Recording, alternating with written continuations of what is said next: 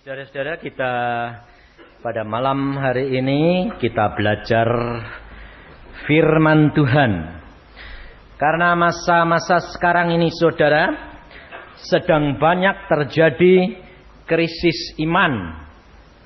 Kerap kali kita menjadi orang Kristen sudah bertahun-tahun, tetapi iman kita tidak tambah naik, tambah merosot.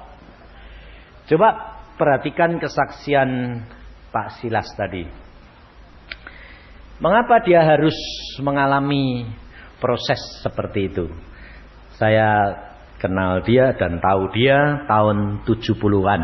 Pada waktu dia di Bandung, dia bersaksi di rumah saya waktu persekutuan. Pada waktu itu saya belum jadi hamba Tuhan, masih praktek, masih jadi dokter. Jadi puji Tuhan kalau sampai sekarang dia bisa tetap menjadi hamba Tuhan sekarang. Dulu belum, masih baru bertobat. Tapi ya mengalami jatuh bangun lagi. Saudara perhatikan. Kita buka firman Tuhan di dalam Markus pasal yang ke-16. Ada beberapa hal yang kita harus perhatikan saudara, supaya jangan sampai kita terlambat. Markus pasal 16 mulai ayat yang ke-9. Demikian firman Tuhan.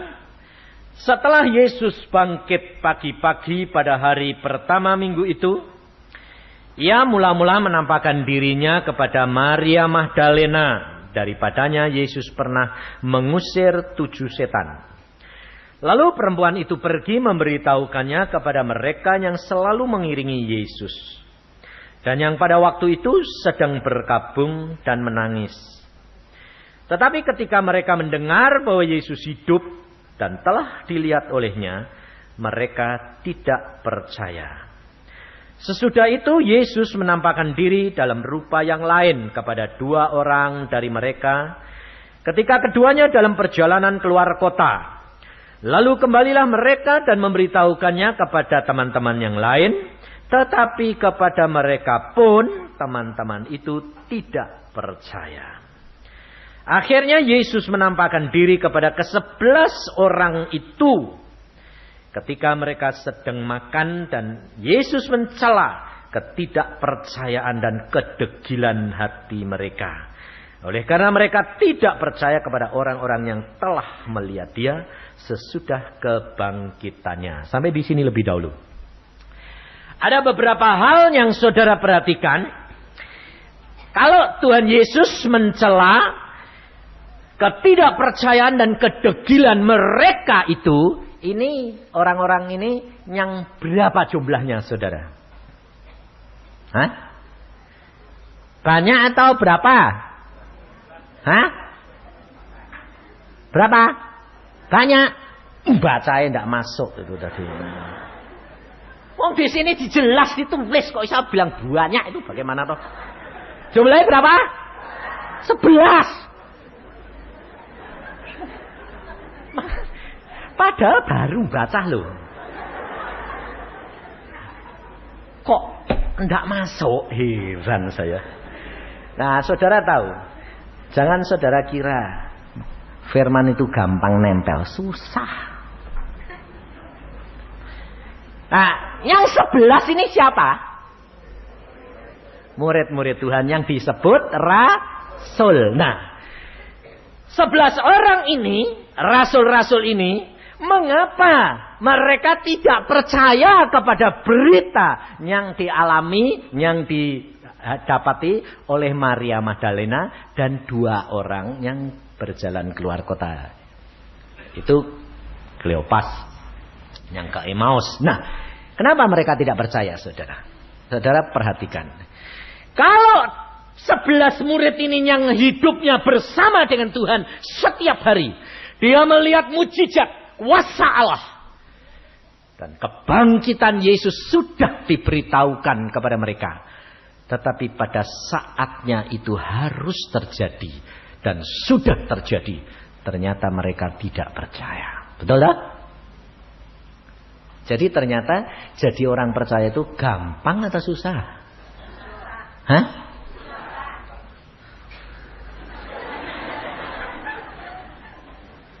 Ini loh saudara. Kalau ngomong bilang percaya gampang. Tapi nanti kalau sudah menghadapi satu kenyataan susah. Saudara bisa nyanyi El Shaddai, El Shaddai. Coba kamu yang gepeng. Nyanyi El Shaddai apa? Mana?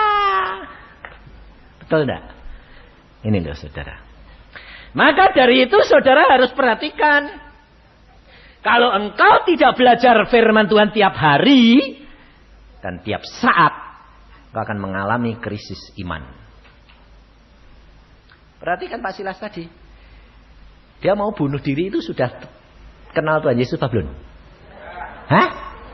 Sudah. Lah kok kamu tadi dengerin apa telat? Tobat. Sudah apa belum? Sudah. Tapi dia sebetulnya kenal atau tahu? Tahu. Nggak kenal. Sekarang dia baru. Lah kamu kenal apa tahu?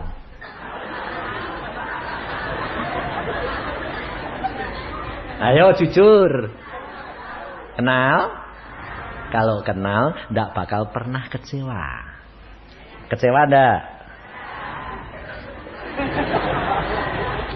Makanya saudara, hidup kekristenan itu sebetulnya kita tahu melalui peristiwa-peristiwa yang melanda kepada diri kita.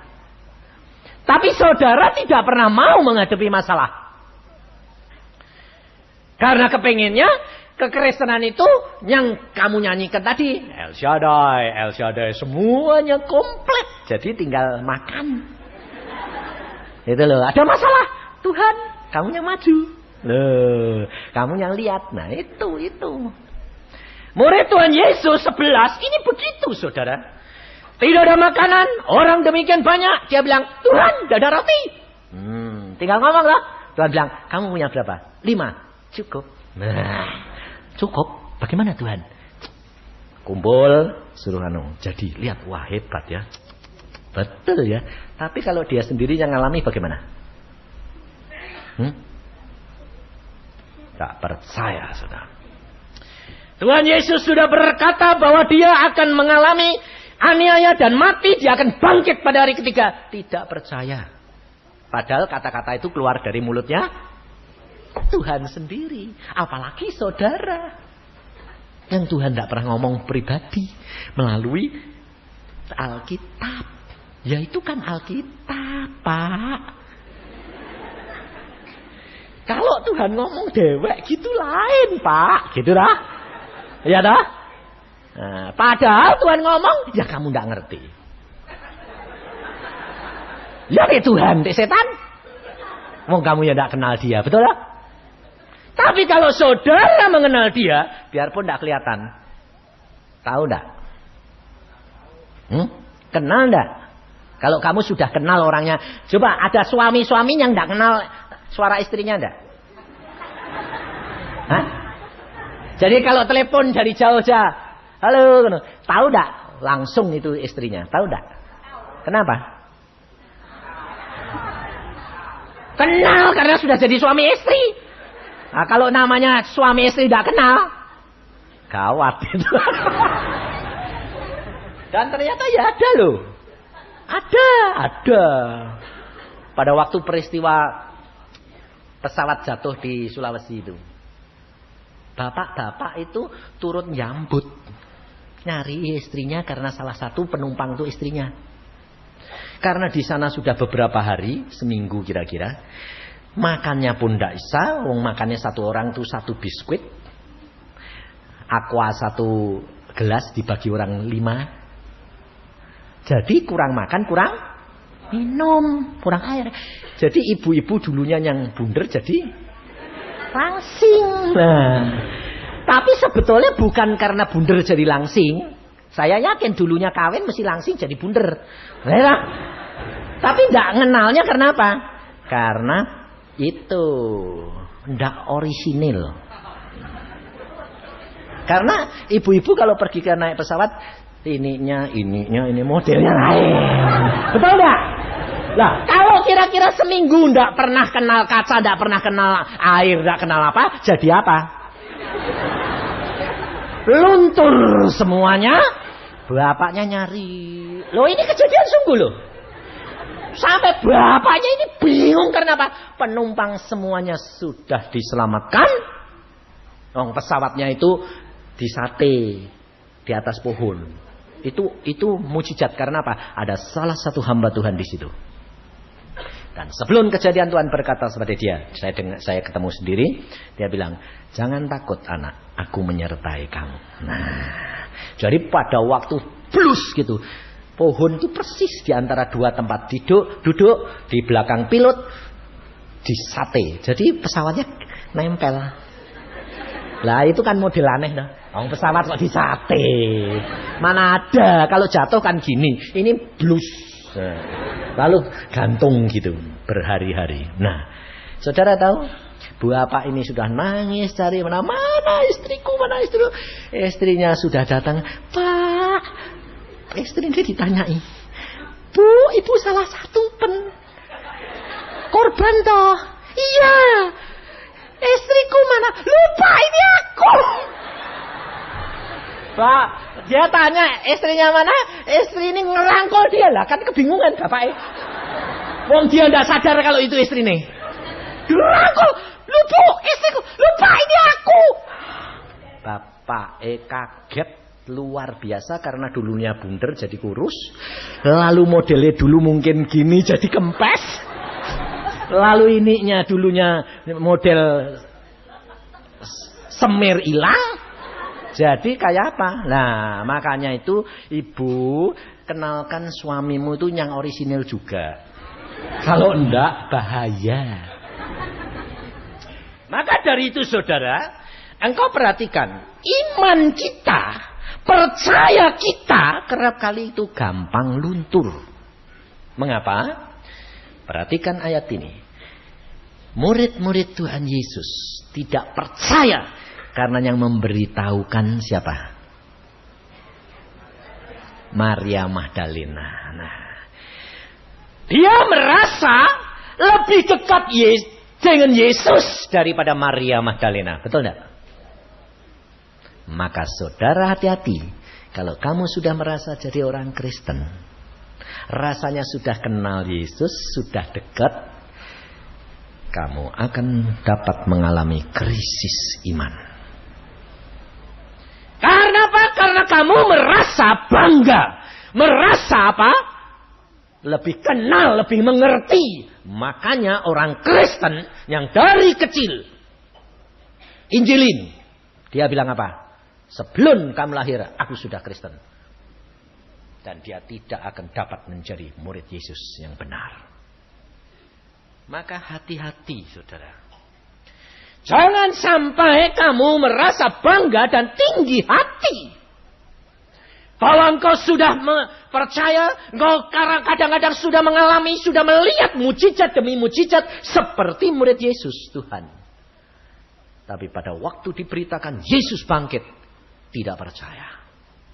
Saudara, mengapa Tuhan Yesus menemui Maria Magdalena? Mengapa murid-murid Tuhan Yesus tidak ditemui pertama kali? Bukankah Yohanes adalah murid yang dikasihi? Bukankah Petrus orang yang dikatakan, "Engkaulah batu karang, di atas batu karang ini aku mendirikan jemaatku"? Kenapa Yesus tidak menemui mereka? Karena saudara tahu, Yesus mau menyatakan, mereka dipilih menjadi murid hanya karena anugerah. Mereka dipilih karena anugerah. Tapi Maria Magdalena ditemui karena Maria Magdalena kasihnya besar kepada Tuhan. Mengapa kasih Maria lebih besar? Karena dia adalah perempuan yang dirasuk setan. Siapa yang mau kumpul sama dia? Manusia, masyarakat sudah menyingkirkan dia. Tapi Yesus membebaskan dia. Alkitab sudah mengajar. Coba kita baca di dalam Lukas pasal yang ke-7, ayat yang ke-47. Apa kata firman Tuhan, saudara? Lukas pasal 7 ayat 47. Sebab itu aku, Yesus, berkata kepadamu, dosanya yang banyak itu telah diampuni, sebab ia telah banyak berbuat kasih. Tetapi orang yang sedikit diampuni, sedikit juga ia berbuat kasih. Ini, saudara, kita kerap kali menjadi orang Kristen bisa merasakan kasihnya Yesus pertama kali kita bertobat. Tapi tidak banyak yang seperti Maria Magdalena, mengasihi terus-menerus dan tidak pernah kehilangan kasih yang mula-mula. Kapan hal itu terjadi? Kalau ini sudah merasuk di dalam jiwa, roh, dan tubuh. Kerap kali percaya kita hanya sampai di roh. Bahkan kerap kali percaya kita hanya sampai di jiwa. Bahkan kerap kali sampai di daging. Muncul. Karena apa? Karena punya maksud. Maka dari itu, saudara, percaya kita harus ditingkatkan menuju kepada kesempurnaan. Supaya jangan sampai iman kita mengalami krisis. Sebab waktunya sudah amat singkat, saudara. Setiap orang akan dituntut oleh Tuhan. Sebab Tuhan sudah tahu setiap orang mempunyai kemampuan berbeda. Dan tidak sama. Maka dari itu setiap kali saya katakan, masuk surga bukan gandengan, tapi sendiri-sendiri. Jangan merasa kamu sudah kenal Yesus. Kamu disayang Yesus. Jadi kalau ada apa-apa, pasti selamat deh, kok enak. Sebab apa? Sebab kepercayaan saudara engkau ukur menurut ukuranmu, pendapatmu. Makanya saudara tidak mengalami mujizat demi mujizat. Karena apa? Karena mengalami kekrisisan iman. Coba perhatikan. Jujur, saudara pada waktu bertobat pertama kali, kalau sembahyang rasanya didengar dan segera dijawab enggak oleh Tuhan? Lebih banyak dijawab daripada sekarang. Sudah berapa tahun jadi orang Kristen, banyak mana pertama sama yang sekarang? Banyak yang pertama. Mengapa? Ayo. Apa kalau sudah kenal Yesus lalu Yesusnya bosan? Kayak bapak-bapak belum kawin, wah dikejar terus. Apel. Hujan angin, ibunya sampai bilang, kemana? Apel. Tapi kalau sudah kawin, istrinya bilang, Pak, antar Pak. Hujan-hujan pergi. Naik taksi. Saudara tahu, cintanya luntur, kasihnya luntur. Yesus setia, tidak pernah dia luntur. Tapi kalau Yesus tidak menggenapi firman-Nya, berarti salah siapa? Saudara. Maka dari itu saudara perhatikan. Murid-murid tidak mendapatkan kasih yang mula-mula. Karena apa? Karena dia merasa dirinya disayang-sayang Tuhan. Jadi mereka mengatakan, tidak mungkin kalau Yesus bangkit tidak nemui kita dulu. Kita yang siang malam turut dia. Dipilih lagi. Wah, ya dah? Saudara kalau ditanya, saudara terpilih? Ya Pak, sik. Nah. Jangan sampai firman Tuhan berkata apa? Yang terdahulu menjadi yang terkemudian. Nah. Lalu kamu bilang apa? Logis toh Pak, firman Tuhan sudah ngomong begitu. Aku bilang, itu bodoh. Saya bilang, itu peringatan Allah kepada kita. Jangan sampai saudara percaya lalu menjadi yang terakhir. Saudara harus mengimani Roma 8 ayat yang ke-30. Yang dipanggil semula, dia yang ditetapkan semula dan dimuliakan bersama dengan dia. Nah, gitu dong, ya toh? Jangan lalu, kan sudah dinubuatkan Pak. Aku yang pertama jadi yang terakhir. Wah, bubar. Maka dari itu saudara baca firman Tuhan. Murid-murid Tuhan Yesus tidak bisa menerima kenyataan karena Yesus menampakkan diri kepada orang yang sederhana. Saya banyak belajar, saudara, dari orang-orang sederhana, bukan dari hamba Tuhan. Kenapa? Sebabnya Tuhan ngajar. Saya lihat di sini. Oh iya, salahnya murid di mana Tuhan? Mereka merasa dipilih Tuhan, dipakai Tuhan, dan tidak rendah hati belajar dari orang yang sederhana. Pada waktu saya di Ungaran, saudara tahu? Waktu saya saksi, saya berkata, sebab banyak orang kota tidak percaya kalau Yesus itu nyata. Saya berkata, saya bertemu dengan Yesus Tuhan secara nyata. Orang kota melongo semua, masa. Untungnya pada waktu itu semua melotot. Satu ibu tua, sederhana, mbok-mbok orang desa. Dia bilang apa? Njih, leres. Bahasa Jawanya itu, iya betul itu. Nah, saya kaget. Loh, mbok, betul. Betul. Kenapa? Saya 2 kali dikunjungi Gusti Yesus. Jam berapa? Jam 3 sore. Loh, kenapa kok dikunjungi? Rumahku itu di gunung. Kalau mau kebaktian itu 4 jam. Saya mesti jalan kaki. Saya di sana, Pak. Jadi tiap minggu saya turun, naik, terus. Tidak apa-apa. Tapi saya tidak kesepian. Tidak kok. Kenapa? Dengan Yesus. Kenapa? 2 kali aku dikunjungi. Saya sampai kaget, Pak. Kenapa? Nah, jam 3 saya sedang mau masak. Diketok pintu saya. Sendirian di rumah. Tuwek. Sederhana, buta huruf lagi. Jadi kalau saudara bilang, baca Alkitab dah. Lagi baca apa orang buta huruf? Dia dengar, percaya. Nah, waktu dibuka, dia kaget, matanya dia bundar sendiri. Loh, dia bilang, loh kok ada londo kesasar? Sebabnya pada zaman kuno, dia orang tua. Gak pernah lihat orang barat. Kalau orang Inggris, Amerika gak tahu. Taunya bahasa orang Belanda. Karena dia dari kecil kayak gede, yang jajah Indonesia, Belanda. Jadi dia, loh kok ada londo kesasar? Kok ada Belanda kesasar? Waktu dia tanya, mau cari siapa? Dia bilang, cari kamu. Aku. Loh, aku tidak punya kenalan. Dia belum pernah ketemu Yesus. Gambar Yesus tidak tahu. Dia lalu bilang, aku Yesus. Hah? Gusti? Iya. Nyembah dia. Loh Gusti? Iya.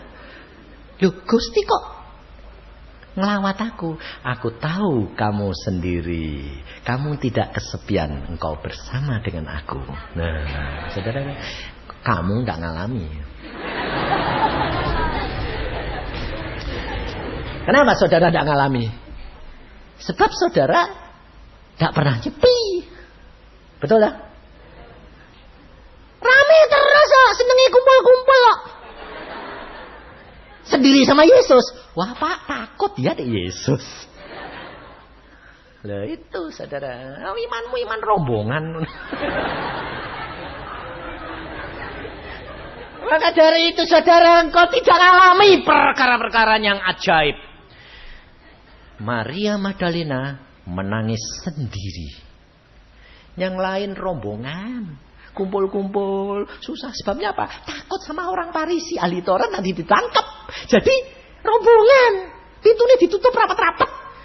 Maria Magdalena enggak. Pagi-pagi sudah pergi ke kubur lagi. Loh. Semua pulang, dia tetap tinggal di tempat itu. Menangis. Merindukan Yesus. Yesus datang. Tidak dengan orang lain, sendiri. Ibunya Yesus pun pulang. Maria Magdalena sendiri. Saudara tahu? Yesus tidak memandang manusia. Yesus memandang hati. Hati yang mengasihi, itu yang Yesus mau. Maka dari itu saudara, Bagaimana iman percayamu ditumbuhkan kalau kamu tidak merindukan dan mengasihi Dia? Karena Dia segala-galanya bagi kita. Coba perhatikan kata-kata Tuhan Yesus selanjutnya. Kenapa kita mengalami krisis iman? Lihat ayat 15. Lalu Yesus berkata kepada mereka, pergilah ke seluruh dunia. Beritakanlah Injil kepada segala makhluk. Siapa yang percaya dan dibaptis akan diselamatkan. Tetapi siapa yang tidak percaya akan dihukum. Perhatikan ayat ini. Tanda-tanda ini akan menyertai orang-orang yang percaya. Mereka akan mengusir setan-setan demi namaku. Mereka akan berbicara dalam bahasa-bahasa yang baru bagi mereka. Mereka akan memegang ular dan sekalipun mereka minum racun maut, mereka tidak akan mendapat celaka. Mereka akan meletakkan tangannya atas orang sakit dan orang itu akan sembuh. Perhatikan saudara. Tanda-tanda ini mengikuti orang percaya. Perhatikan, mengikuti siapa? Orang percaya. Yang memberitakan atau yang diberitakan. Perhatikan ayat ini. Kalau saudara baca ini, saudara nangkapnya bagaimana? Ini menyertai orang yang memberitakan atau yang diberitakan, yang mendengar. Hah? Dua-dua. Kalau cuma yang dengar, nah yang beritain tak ngalami. Kalau cuma yang beritain, yang dengar tak ngalami, rugi. Tapi saudara perhatikan, mengapa banyak orang Kristen mengalami krisis iman? Karena mereka menangkapnya salah.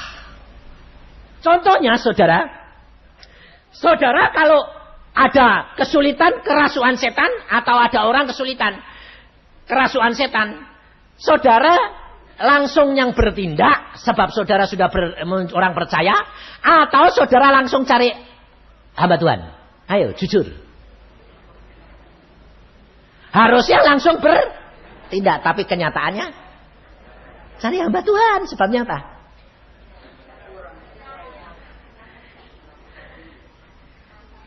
Takut. Ya dek jadi, dek enggak. Betul enggak? Itu saudara. Padahal Alkitab ngomong apa? Lihat di dalam ayat yang ke-20. Mereka pun pergilah memberitakan Injil ke segala penjuru. Dan Tuhan, perhatikan, turut bekerja dan meneguhkan firman itu dengan tanda-tanda yang menyertainya. Jadi yang melakukan siapa? Tuhan. Lah kok kamu yang bingung? Ya dek jadi, dek enggak? Nah, itu berarti yang ngelakuin siapa? Kamu. Pantesan enggak jadi. Ngerti saudara? Kita harus menjadi orang percaya, baik yang dengar, baik yang memberitakan. Dan kita pegang ayat 20 ini, Allah, Yesus sendiri yang akan turut bekerja dan meneguhkan firman-Nya dengan tanda-tanda itu. Sekarang kalau saudara sudah lakukan, saudara mikir enggak? Jadi enggak ya? Jadi enggak ya? Mikir enggak?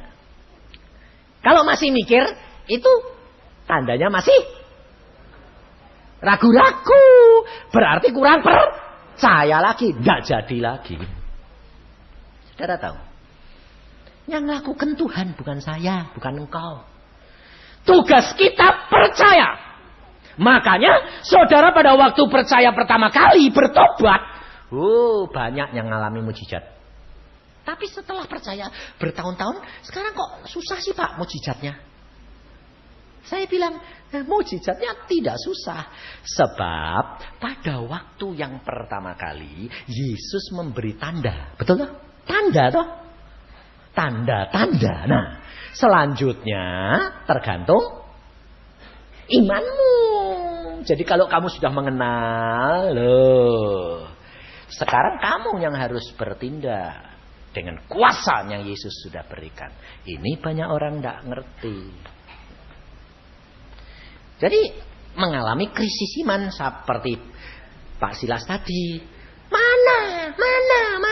Wes jalan satu-satunya bunuh diri. Loh. Setelah bunuh diri 3 kali ndak mati, buntet. Gepeng anunya, selangnya.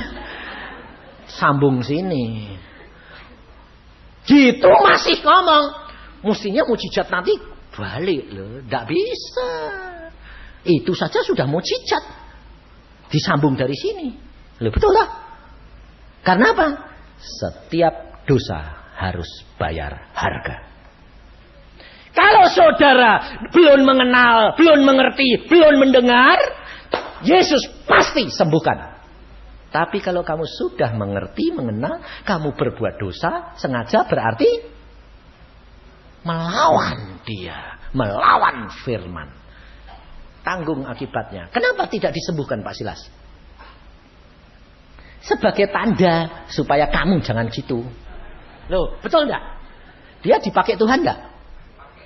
Banyak orang bertobat melalui dia enggak? Betul enggak? Peringatan, kalau kamu bandel pun kamu bakal ngalami jangan enak we. Mungkin saudara mengatakan, aku enggak bunuh diri kok Pak. Enggak. Tapi peristiwa-peristiwa ini perhatikan. Sebab Alkitab sudah berkata, tanda-tanda ini menyertai orang yang percaya. Jadi, saudara dapat mengusir setan loh. Saudara tahu enggak? Alkitab berkata di dalam kitabnya Petrus, setan itu seperti singa kamu nyari kamu, nunggu kamu enggak? Loh, aja berarti deket kamu enggak? Kerap kali bisik-bisik sama kamu enggak? Hah? Iya toh? Kamu usir enggak? Nah ini yang tahu. Oh ini ayat, ini usir. Dalam nama Yesus setan minggir. Tapi saudara seneng apa? Wah. Ya, logis ya masuk. Tamu itu datang langsung ke ruang tamu atau di luar? Di luar, ngomong dulu dah. Ngomong. Baru kalau saudara tanggapi, ya masuk, buka pintu masuk. Kalau sudah di ruang tamu, kepinginnya kemana? Ke kamar. Kalau sudah di kamar, tos. Susah diusir. Lalu kalau kamu usir, dalam nama Yesus minggir. Loh yang manggil kamu. Lah. Kok sekarang mau usir kamu? Gitu. Lalu aku tidak bisa ngusir. Panggil hamba Tuhan. Saya kerap kali. Pak, tolong sih Pak, usirin. Loh, lah kamar ini kok banyak ada setan nih, saya bilang. Ayo Pak, usir dong Pak. Loh kamu yang manggil loh. Hah? Waktu saya usir, dalam nama Yesus, setan. Kamu kenapa di sini? Saya diundang. Diundang? Iya. Bagaimana caranya? Loh kamu undang? Enggak. Caranya? Nah tak ngomong-ngomong dia bilang, logis mau. Ya masuk aku mau. Salahmu toh saudara. Ini loh saudara. Kamu harus peka. Setiap firman Tuhan. Yesus berkata apa? Kasihi sesama manusia seperti dirimu sendiri. Bukan kasihi dirimu sendiri. Dah. Yesus tidak pernah ngajar. Tapi setan selalu ngomongnya. Kamu benar. Dia salah. Kamu benar. Lah kamu tidak dibenarkan seneng dah? Seneng dah? Iya. Terus seneng. Ya aku benar. Terus dia salah. Iya dia salah. Hakimi. Ngakimi. Ya dia gini. Nah jatuh dalam dosa. Setannya malah ya ngono koncoku pada dosane. Itu saudara. Itu. Dan yang kedua engkau perhatikan. Dia berkata, mereka akan berbicara dalam bahasa-bahasa yang baru bagi mereka. Ini adalah bahasa-bahasa roh. Saya tidak kupas ini, karena saudara sudah banyak tahu. Mereka akan memegang ular. Perhatikan. Kalau mereka memegang ular, itu ularnya yang cari dia atau dia yang cari ular? Kamu cari ular? Wah, lah makane setan mbok cari terus. Itu. Kamu memegang ular. Itu ular retek mau gigit kamu pegang loh. Tadi ayat bilang, setan seperti singa nunggu kamu, ngejar kamu, menunggu kamu. Lah kok kamu yang nyari singa? Ya kamu yang ditangkap, ditelan. Ngerti maksudnya? Alkitab ini bilang, kamu memegang ular. Itu berarti, kalau kamu ngusir setan, ular itu siapa? Setan! Jadi kalau setannya datang, kamu langsung lebar. Gitu. Tapi kamu seneng ngobrol. Ularnya apik, ting ting ting ting. Itu, saudara. Makanya Alkitab ini ngajar saudara dan saya. Nah, ular yang di sini ini tidak hanya secara hurufiah, tetapi secara juga kiasan, sebab setan itu ular. Memang secara hurufiah bisa terjadi, bisa. Sebabnya apa? Sebab saudara dan saya menjadi orang percaya banyak tantangan. Saudara bisa dimasukkan dalam tempat ular beracun supaya saudara dibunuh. Banyak hamba Tuhan yang dibunuh melalui ular. Tapi Allah turut ambil bagian kalau belum waktunya. Tidak mungkin digigit. Hamba Tuhan saudara tahu yang dia pergi ke seorang dokter yang pergi ke Amazon. Beberapa kali dia dimasukkan dalam sungai ikan piranha. Beberapa kali, tidak sekali. Karbo dimasukkan situ 1 jam habis. Dia dimasukkan situ semalam. Besok masih hidup, keluar lagi. Ditelan ular, ndak mati loh. Ini Alkitab digenapi, tapi dia ndak lalu ke hutan cari ular. Ndak. Saudara juga banyak anak-anak Tuhan yang cari setan, banyak. Asal ke rumah orang, wah setan, wah ini ada setan ini, wah ini setan. Loh, orang cari setan, ngapain cari setan? Saya ndak mau. Nggak usah dicari setannya nyari saya, betul tak? Hah? Ngapain? Dia asal kita benar sama Tuhan, setannya nggak berani. Tapi dia ngikuti terus dah. Ngikut, nggak peduli. Saya nggak perlu urusan. Saya kalau tidur kadang-kadang saya merasa ini kaget saya. Tuhan, ada apa ini? Nah itu setan mau ganggu kamu. Oh setan, ada urusan lah. Tak tinggal tidur. Dia nggak bakal jamah saya kok. Kalau saya benar gak bakal dijamah, betul gak? Tapi kalau saya mulai ribut, setan, lalu kamu mulai takut. Nah, dia malah ganggu karena senang lihat kamu takut. Karena kamu takut, Alkitab tidak digenepi. Karena apa? Kurang percaya. Setan itu makanannya paling senang orang kurang percaya. Bukan orang percaya, orang kurang percaya. Itu senangnya. Bukan orang tidak percaya, enggak. Yang tidak percaya itu memang temannya. Lah ya toh?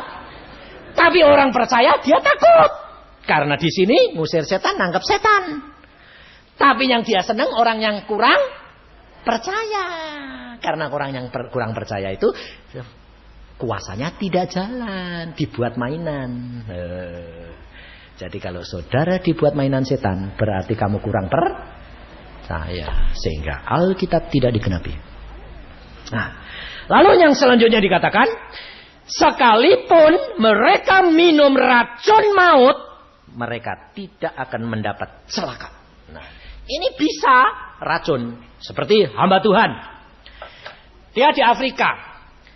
Dia beritakan ini, Injil ini, firman ini, sekalipun mereka minum racun tidak mati. Terus dipanggil sama kepala suku.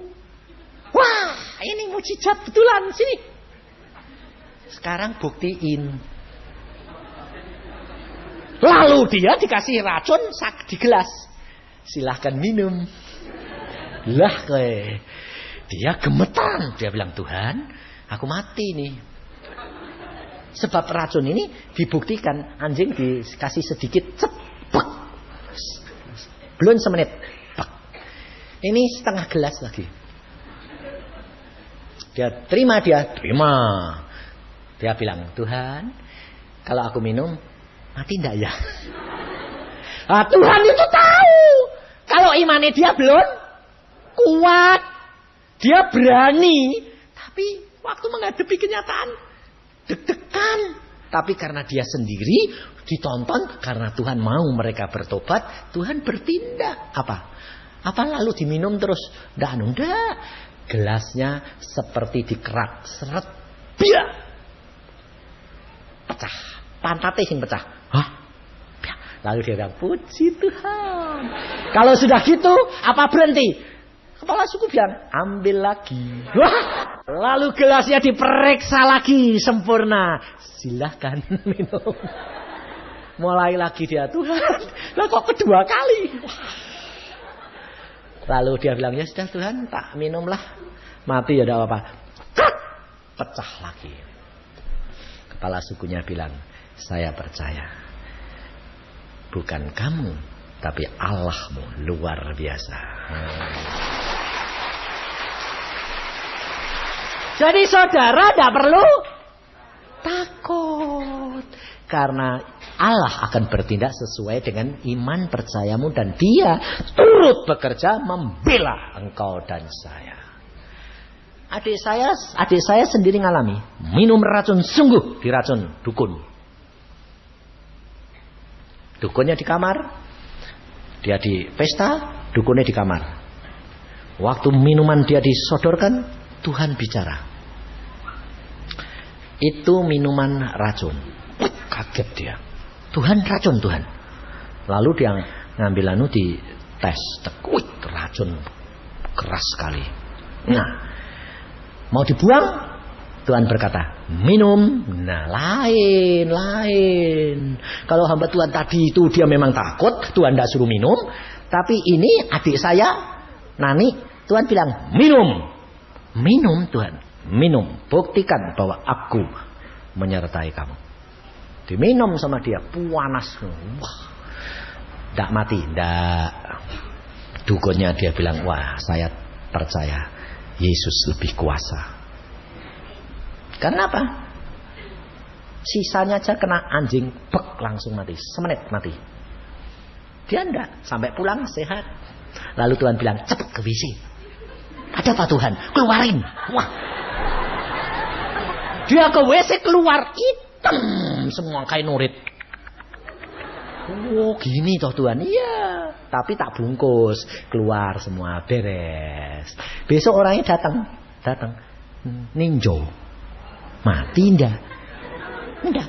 Datang sudah puas belum? Antri roti lagi, kurang ajar enggak? Roti ini ya racun. Lalu Tuhan bilang, itu roti racun, buang sama dia. Dimakan anjing, mati anjingnya. Bayangin saudara. Di situ sekarang orangnya bertobat, jadi anak Tuhan. Karena membuktikan bahwa Allah kita adalah Allah yang luar biasa. Tapi saudara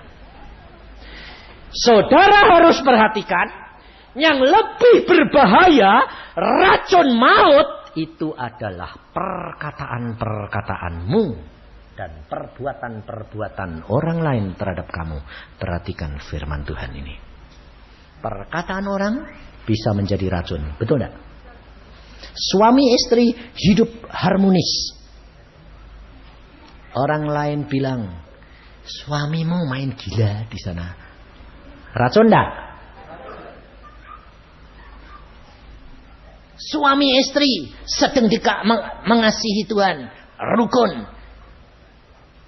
Suaminya pergi keluar kota, istrimu main gila. Aku tahu dewek. Racun enggak? Hati-hati saudara. Saudara berdagang, kamu dicurangi di sana. Racun enggak? Saudara sendiri sadar enggak? Engkau menjadi racun dengan kata-katamu di dalam rumah tanggamu sendiri. Maka dari itu Tuhan Yesus pesan apa? Perhatikan, coba. Di dalam Matius pasal yang ke-10 ayat 17. Tuhan sudah pesan saudara kepada kita semuanya, perhatikan. Ini luar biasa, Tuhan mau mendidik, mengajar saudara untuk supaya saudara mengerti. Tetapi waspadalah terhadap semua orang. Tuhan berkata ini, bukan saya. Tuhan berkata, aku mengutus kamu domba ke tengah-tengah serigala. Waspadalah terhadap semua orang. Jadi kira-kira kalau waspada terhadap semua orang itu, suami, istri, bapak, ibu, anak perlu diwaspadai enggak? Hah? Perlu. Tapi sekarang saya tanya, waspadanya itu yang dimaksud Tuhan itu yang bagaimana? Ini kesalahan orang Kristen. Kalau saudara dengar ada kata-kata waspada, saudara berpikir negatif atau positif? Hah? Negatif. Nah, jadi kalau istrimu ngomong, kamu waspada. Ribut atau malah damai? Nah, kalau si suami ngomong, istri bilang waspada. Wah, negatif. Ribut apa damai? Lah kalau gitu Tuhan ini salah dong. Kamu yang salah. Yang dimaksud oleh Tuhan, waspada adalah setiap perkataan dan perbuatan orang terhadap kamu, termasuk suami, istri, anak, dan orang tua. Pasti Tuhan punya maksud untuk membentuk kamu. Untuk memproses kamu. Jadi kalau ada istri mamanya ngomong, kamu barusan keluar, datang dari luar kota. Terlambat lagi datangnya. Ngaret lagi, biasanya tidak pernah ngaret kali ini. Lalu istrinya tanya, Pak, kok telat sih Pak? Kamu mampir kemana? Kalau suami waspada, wah curiga. Wah mulai tidak percaya saya. Betul tidak? Ribut tidak? Tapi kalau suami dengar istri berkata, Pak kok telat sih Pak? Lalu suami waspada Tuhan. Dia ngomong gitu, pasti karena dia sayang aku. Khawatir kok tidak pulang-pulang. Ribut pada damai. Itu maksudnya Tuhan. Bukan waspada negatif, waspada positif. Kalau saudara ditegur sama orang, waduh ngomongannya gitu, waspada. Pasti Tuhan, aku punya kelemahan-kelemahan. Aku belum sabar, emosiku, langsung dihadapi orang yang suka negur, ngakimi. Belajar rendah hati. Karena aku belum rendah hati ya Tuhan. Kalau sudah bisa mesem, menang, waspada. Damai enggak? Itu yang Yesus kehendaki, saudara. Ini hidup kekristenan yang Tuhan mau. Maka dari itu engkau tidak akan mengalami kekrisis-san iman. Kalau saudara belajar firman Tuhan dan saudara tangkapi itu benar-benar. Maka engkau akan melihat kemuliaan demi kemuliaan. Mujizat demi mujizat terjadi dari saudara dan saya. Kalau Alkitab berkata, mereka akan menumpangkan tangan, orang itu akan sembuh. Nah, siapa? Orang yang percaya. Jangan saudara berkata, ya dek sembuh, tidak? Ya dek sembuh, tidak? Tak urusan. Saya ngalami sendiri, saudara. Saya hamba Tuhan. Saya ngalami banyak di jamaah Tuhan. Saya berdoa untuk tubuh saya sendiri juga begitu. Alkitab ngomong loh Tuhan, dalam nama Tuhan Yesus, sembuh bagi orang percaya. Amin. Tak sembuh, tak urusan. Nah, sembuh malahan. Tapi saudara punya percaya bagaimana? Saudara kerap kali percayamu kepada Allah berdasarkan kamu rindu dan ingin sembuh. Lain. Jadi percayamu bukan percaya sama Yesus, tapi percaya minta kesembuhan. Salah itu. Itu hanya diberikan pada orang yang baru bertobat sebagai tanda. Kalau kamu sudah pernah lihat tanda, minta tanda terus. Itu namanya kurang percaya. Salah. Saudara percaya, lakukan, relax. Saya ke rumah sakit. Dia orang kaya. Saya bilang, Tuhan ini bagaimana orang kaya ini? Orang tidak percaya, percuma. Nah terus aku sudah sampai sini. Ya kasih tahu, suruh percaya. Tidak mau ya sudah. Seminggu lagi toh gim. Seminggu lagi mati sungguh. Saya bilang, kamu tidak percaya, toh kamu tidak bisa apa-apa. Kekayaanmu pun tidak berguna. Kamu sebentar lagi pulang. Mati. Nah, sedang saya pulang, ada ibu-ibu orang sederhana miskin. Dia bilang, "Loh Pak Susa, kemana?" "Dari sana." "Tolong sih Pak, suami saya." "Kenapa?" "Suami saya sudah mau game Pak." Di sal, sudah gini napasnya. Udah gitu, lalu liurnya pun darah. Karena apa? Paru-parunya sudah lubang-lubang. Saya ditunjukin fotonya, aduh, lubang semua, TBC, berat. Dan dokter berkata maksimal 3 hari. Jadi saya diminta berdoa untuk apa? Nganter.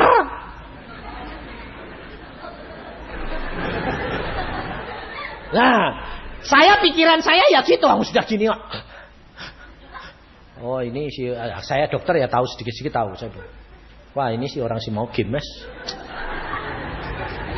Langsung saya modelnya terus terang belak-belakan dan ndak halus-halusan model saya. Saya tepuk, buka mata. Kamu sebentar lagi mau mati, percaya ndak? Tahu ndak kamu? Dia bilang, iya. Bertobat. Minta ampun Yesus, terima Yesus, mau ndak? Supaya selamat. Mau Pak, mau. Benar? Benar. Sekarang ngomong. Tuhan ampuni aku. Aku mau terima Engkau. Kalau aku pulang, selamatkan aku. Aku rela. Amin. Tumpang tangan. Plek. Saya belum sembahyang apa-apa. Baru bilang, Tuhan. Gempa. Yang gempa apa? Ranjangi. Wah, aku sampai buka mata belum sembahyang. Sampai orang sal semua lihat semua. Ada. Aku ya bilang ada. Saya bilang, Tuhan ini ada apa? Aku sedang kerja.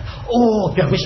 Aku mau muntah terus Tuhan. Amin. Amin terus Tuhan. Orang itu saya pikir ini dikerjain apa ini? Gak ngerti aku. Gak ngerasa apa-apa. Setelah beberapa menit saya bilang selesai Tuhan. Amin. Bagaimana Tuhan? Nanti kamu lihat selesai. Udah ya? Tak pikir mungkin mati. Gak taunya saudara, lusa saya khotbah, dia duduk di depan. Tuh. Kamu kan orang kemarin di rumah sakit. Iya Pak. Kenapa? Ini fotonya. Dilas Tuhan.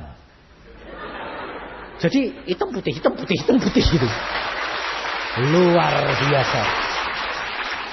Saudara tahu? Saya ngerjain apa? Aku dewe bingung. Wong baru numpang tangannya. Ada apa ini? Tuhan yang mengerjakan. Dan orang itu hidup 3 tahun. Saya bilang hidup baik. Ternyata setelah 2 tahun dia hidup mulai bergadang lagi. Istrinya berkata, Pak mulai bergadang. Peringatkan. Kalau jatuh sakit lagi tidak ada kesempatan. Akhirnya meninggal. Saudara tahu? Mukjizat tidak menjamin, tapi cinta Yesus itu menjamin. Maka dari itu saudara, jangan kehilangan kasihmu yang mula-mula. Yesus menemui Maria Magdalena, bukan menemui Yohanes, bukan menemui Petrus. Karena dia cintanya tidak pernah berubah. Amin. Mari kita berdoa.